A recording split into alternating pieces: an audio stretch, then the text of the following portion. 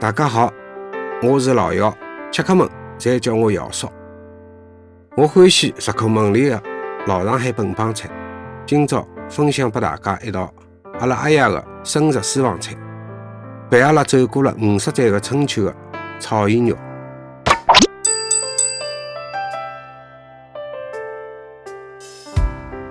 五花肉选肥瘦相间的，最好有6到8寸。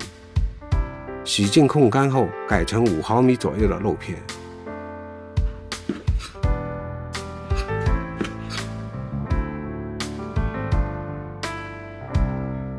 素鸡洗净，控干水分，切成半圆形薄片，码放在盘内。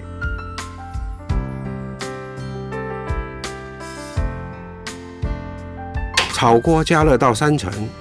改中火，下粗盐，翻炒到泛微黄色。出盐香后，加入红花椒，用量大概是盐的2/3。为防止花椒有焦苦味，火要调小一些。等花椒出香，放入肉片。炒肉片要大火快炒，避免炒散、炒断。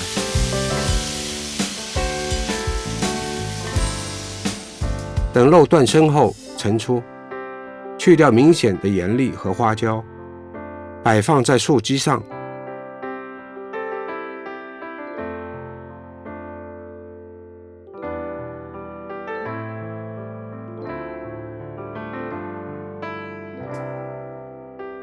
淋一些花雕酒，加少许白糖、蘑菇精、花椒，最上层摆放姜片、葱段，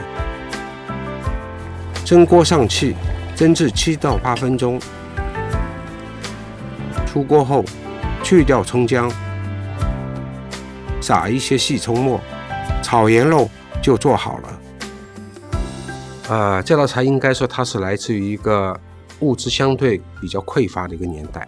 因为咸肉它不是随时都可以吃到的，所以我们想吃咸肉的时候。就会有了这么一个做法。这道菜最简单的做法就是家常菜的，一般就是用五花肉或者去腿肉切片，用粗盐、花椒爆炒以后，然后我们去清蒸。